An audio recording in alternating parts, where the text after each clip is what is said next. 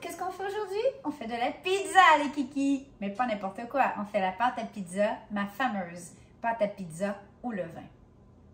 Alors, mea culpa, parce que vous êtes plusieurs, mais vraiment plusieurs, au fil des années, à me dire, mais Manon, quand est-ce que tu vas publier ta recette de pâte à pizza au levain? Parce que sur la petite bête, on a des recettes de pâte à pizza, mais ça date de des années. Cette recette, je l'ai déjà faite, mais en anglais. Yes, hello, thank you, very well. I do pizza dough for you. Alors, si vous la voulez en anglais, vous irez la voir, mais non, je la fais aujourd'hui pour vous en français. On l'a testé, on l'a modifié, on l'a amélioré au fil des années. Et aujourd'hui, je vous montre comment la faire au levain. Si vous voulez la recette de pâte à pizza à la levure, elle est sur le site La Petite Bête. Je l'écris en même temps. On a une recette complètement différente qu'on utilise. Et je dois vous dire que les deux donnent le même résultat en termes de look. Par contre, celle au levain a vraiment une profondeur de saveur et je trouve que c'est le grand défaut de beaucoup de pizzerias. Quand on va manger de la pizza, souvent, la garniture est sexy. Fromage, des petites tomates, des assaisonnements, des olives. Mais la pâte manque d'amour. Alors que cette pâte au levain, les kikis, c'est bourré de amore. Alors, on se roule les manches et là, je réalise que je me suis habillée en noir, ce qui est une très fâcheuse idée quand on travaille la pâte. Alors, ça sera déjà 1 minute d'humilité. On y va? Cette recette va faire 4 pâtes à pizza grosseur individuelle. Je commence ma recette avec de l'eau tiède. Bon, pour ceux qui aiment la précision, là, température lait de bébé, 90 Fahrenheit, en Celsius, c'est là, mais pas là.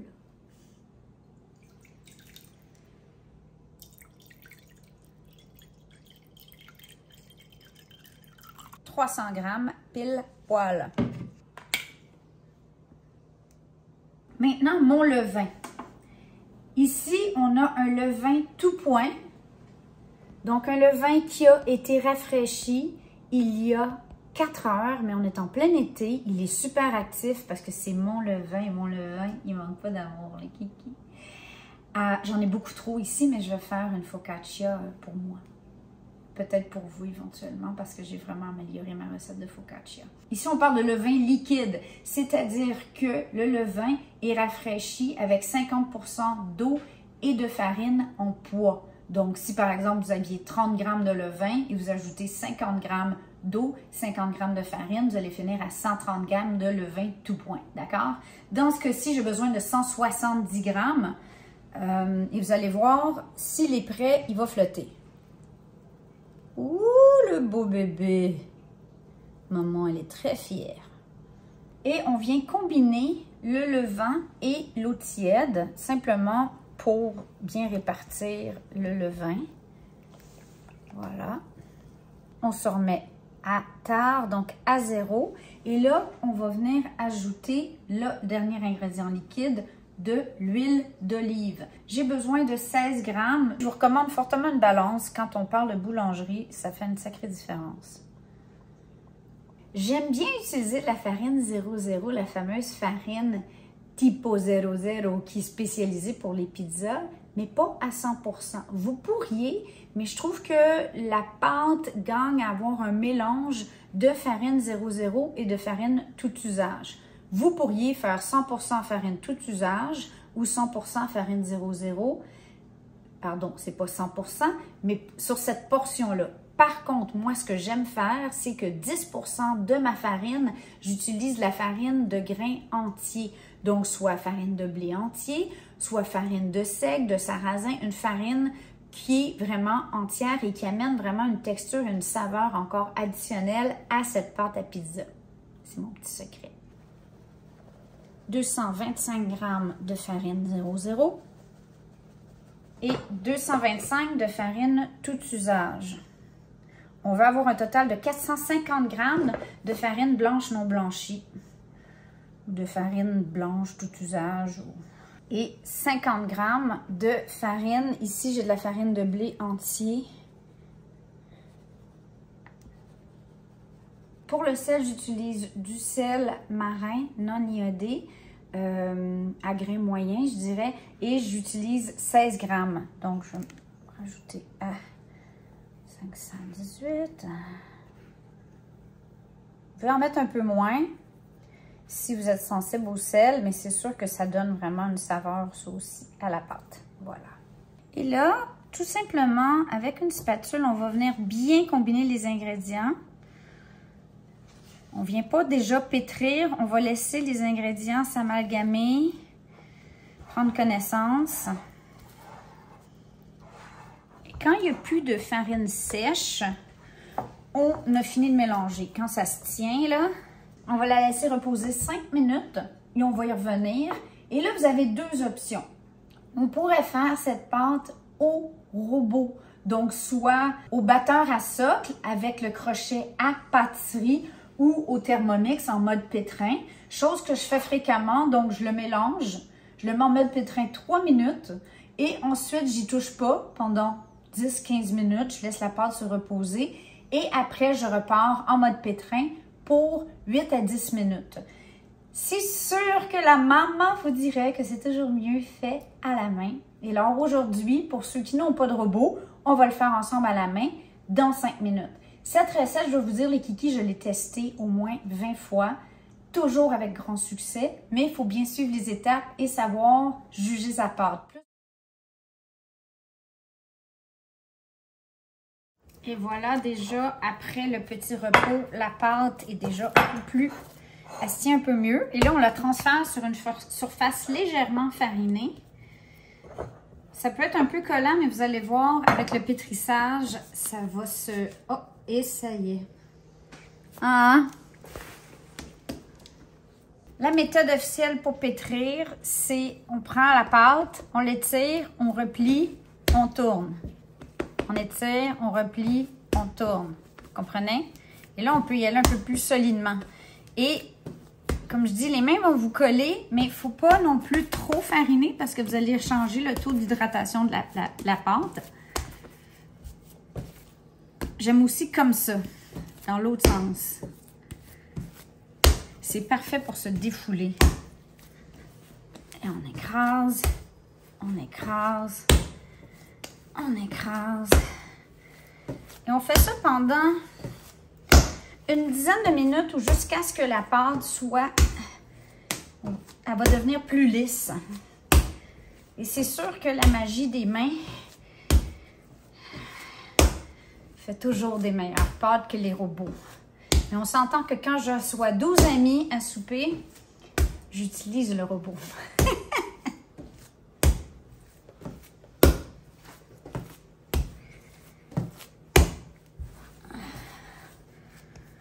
On voit que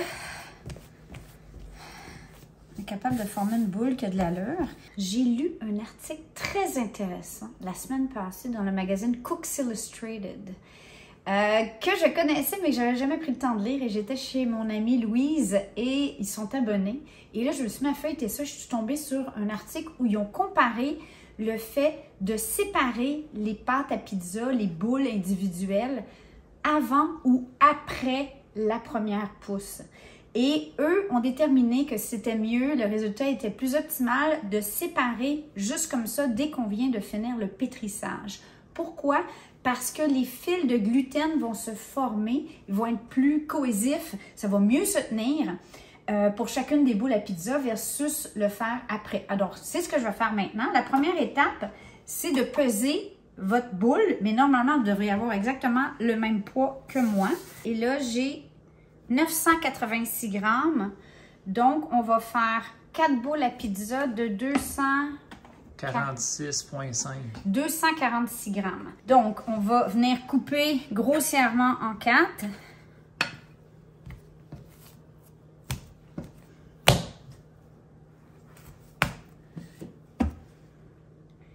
Là, je suis à 256. 246 et de 1. C'est pas obligatoire, là. Vous pourriez le faire à l'œil, mais on veut surtout pas que mon oncle Georges ait une plus grosse pizza que ma tante Georgette. Non, c'est pas grave, ça change rien du tout. Une autre astuce que j'ai découvert dans un événement, je suis allée en voyage de presse dans le Bas-Saint-Laurent et il y avait une pizzaïole qui se promène avec son four à pizza. Elle est magnifique, je vous mets le nom ici. Et elle fait toute sa préparation à l'avance. Et ce qu'elle fait, c'est qu'elle garde chacune des boules de pâte dans un petit plat huilé individuel. Et je vous jure, c'est tellement utile parce qu'après ça, je vais prendre mes petits plats, je vais les mettre au frigo et là, on va faire un repos de 24 à 48 heures.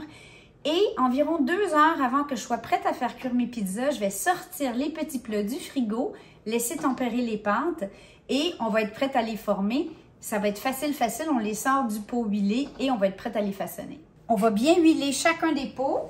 Ça va faciliter que la pâte soit facile à sortir. On peut y aller à la main ou avec un linge. Ça ne change pas grand-chose.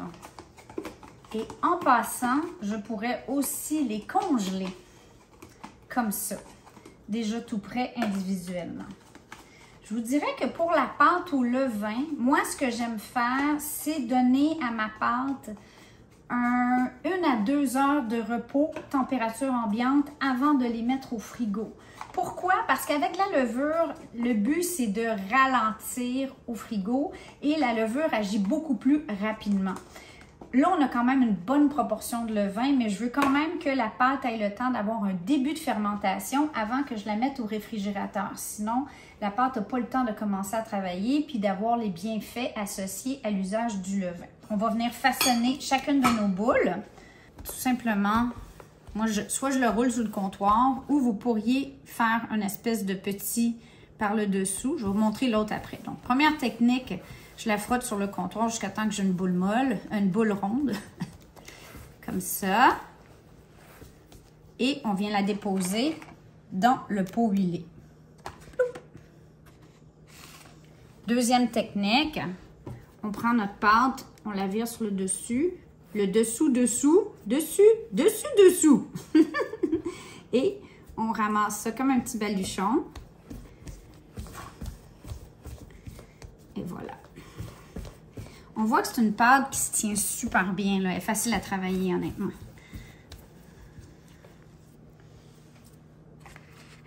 Voilà. Alors voilà, mesdames et messieurs, la pâte à pizza au levain, comme vous trouveriez dans votre boulangerie artisanale, toute prête. On peut doubler, tripler la recette, ça ne change absolument rien. Avant de couvrir, j'aime bien mettre un petit peu d'huile aussi parce que ce qui est un des ennemis de la pâte à pizza, c'est quand elle sèche sur ses surfaces. Donc ça, j'aime pas ça du tout. Donc moi, j'aime bien mettre un petit peu d'huile aussi sur le dessus. Si la pâte sèche, ça nous empêche de l'étirer pour façonner des pizzas parfaites quand on est rendu au moment de faire nos pizzas. Voilà. On couvre chacun des pots. Moi, aujourd'hui, ici, le four fonctionnait. On est facilement à 22 degrés et c'est humide. Donc, je vais le laisser 1 heure, température ambiante, et ensuite, je vais mettre au frigo. Il faut faire attention parce que quand on travaille avec une pâte au levain, si vous fermentez trop la pâte, mais en fait, avec la levure aussi, on a eu le même problème, ça m'est déjà arrivé, c'est que quand vous allez arriver pour façonner vos pizzas, la pâte va déchirer parce que le gluten a été mangé pendant la fermentation. Et le gluten, c'est ça qui fait que la pâte devient élastique, qu'on est capable de la travailler. Et c'est hyper important, évidemment, quand on fait de la pizza. Donc, 1 heure température ambiante. Ensuite, hop au frigo. 24 jusqu'à même 72 heures. Je l'ai déjà fait. La pizza n'en est que meilleure.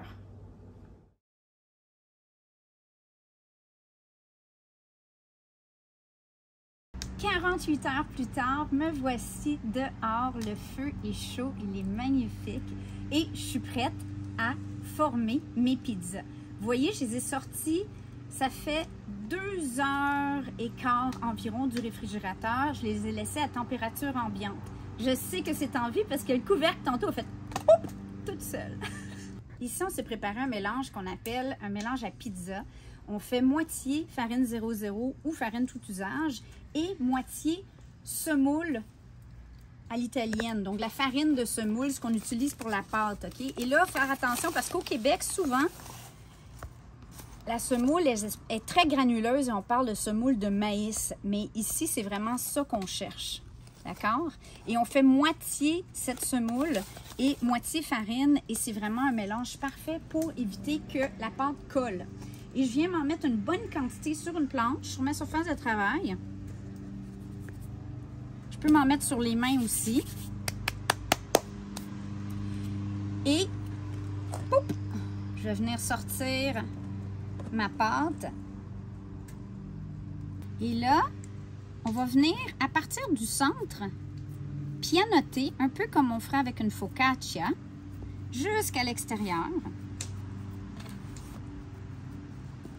D'où l'importance de sortir la pâte 2 heures avant parce que avec une pâte très froide qui sort directement du frigo, cette étape-là est difficile à faire. Et j'essaie de me garder environ 1 cm sur le tour de la pâte pour former la fameuse croûte qu'on aime tant. Quand j'arrive à peu près à cette grandeur-là, là, il y a plusieurs façons de l'étirer, la pâte. OK? Donc, il y en a qui la lancent dans les airs en chantant. Ça ne sera pas mon cas. Les notes d'humilité, je ne suis pas rendue là. Moi, ce que j'aime bien faire, c'est avec mes jointures. Donc, comme ça, de clore. Surtout pas comme ça parce que les doigts pourraient venir percer, surtout si vous avez des grands ongles, ce qui n'est pas mon cas, pourraient venir percer la pâte. On peut aussi, alternativement, donc si je mets de la farine des deux côtés, passer d'une main à l'autre, comme ça. Vous voyez, ça c'est une autre technique que je ne maîtrise pas parce que ce n'est pas ma favorite. Okay? Donc moi, minute d'humilité, ma favorite, c'est vraiment comme ça, tout simplement. Et quand la pâte est belle comme elle est là, elle est superbe. Elle s'étire bien. Il faut faire attention de garder un œil pour que ça ne devienne pas trop mince. Mais là, on voit qu'elle est très, très belle. Je vais venir la tasser un peu. C'est moins délicat qu'on croirait. Et je vais venir fariner ma pelle à pizza. Notre pelle favorite, c'est celle comme ça avec des petits trous. Pourquoi? Parce que, en général, le transfert se fait plus facilement. On a tendance à trouver que ça colle moins. Les pelles en métal, à tout le moins, sont vraiment mieux que les pelles en bois parce que ce qui est hyper primordial à cette étape-ci, c'est que la pâte ne colle pas après la pelle. Parce que sinon, vous allez arriver à votre four à pizza, vous allez faire le petit coup et la pizza va virer sur elle-même. Vous allez vous ramasser avec un calzone ou un gros dégât. Donc, on farine bien, on y va généreusement et je viens reprendre ma magnifique pâte et la déposer sur ma pelle. Et c'est tout à fait permis, à ce stade-ci, d'étirer la pâte un peu. Si vous voyez qu'elle est un peu... Là, la mienne est très belle, je n'ai pas besoin de travailler beaucoup dessus, là. Mais si vous voyez que votre pâte est un peu triangulaire ou qu'il y a des angles que vous n'aimez pas, vous avez le droit de venir l'étirer. Pour les garnitures, bon là, évidemment, pizza, c'est comme pasta. Je pourrais vous dire qu'il doit y avoir une variété infinie de façons de garnir la pizza. On va faire la classique. Parmi la classique, la margarita aux couleurs de l'Italie. Et je commence avec la sauce tomate. Et là, je veux vous dire, mes kikis, oui, j'ai une très bonne recette de sauce tomate qui est ici. Mais depuis un grand bout de temps, ce qu'on fait, c'est qu'on achète des tomates de bonne qualité. Cette marque-là est excellente, qui ne sont pas trop acides. Je passe le pied mélangeur directement dans le pot. Oui, oui. Et voilà, c'est ma sauce tomate, tout simplement. Et on va venir l'étendre. Donc, on met une bonne quantité au milieu de notre pâte. Et avec le dos de la cuillère, on vient répartir la sauce partout sur la pâte en laissant environ, encore là, 1 à 2 cm sur les côtés. Ici, je vais ajouter un beau filet d'huile d'olive. Je vais venir mettre un peu de basilic avant, qui va donner de la saveur, mais je vais en mettre aussi après. Et je vais mettre un peu ces feuilles de basilic-là, je vais venir les couvrir de la mozzarella. Vous allez voir. Finalement, tu couvres tes feuilles de basilic parce que sinon, au chaud, ils vont devenir noirs. Exactement. Et le basilic va être noirci. Ça, c'est pas génial. Avec tout ce blabla, là, cette étape-là est hyper importante. Vous voyez, ma pâte bouge et glisse bien sur ma pelle. Donc là, chérie est prête à le transférer. C'est moi? Chérie? Non, c'est pas moi. Moi, je filme. Ah non! Allez, chérie, chérie, chérie. Et on laisse la pizza prendre ou griller un peu en dessous avant de la tourner. Mais vous allez devoir la tourner parce que la température au fond est plus chaude qu'en avant, près des flammes plus chaud que sur le côté. Donc la température peut varier. Et là, vous voyez à quelle vitesse ça gonfle, c'est quand même assez impressionnant.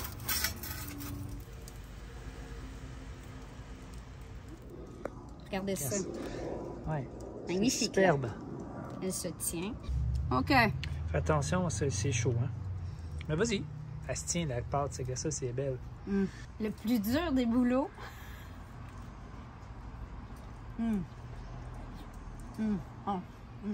C'est tellement bon. Alors, j'espère que pour tous ceux qui ont tellement attendu d'avoir ma fameuse recette de pâte à pizza au levain, que vous allez l'essayer et que vous allez capoter comme sur ce. Arrivederci. Te amo. Ciao, ciao.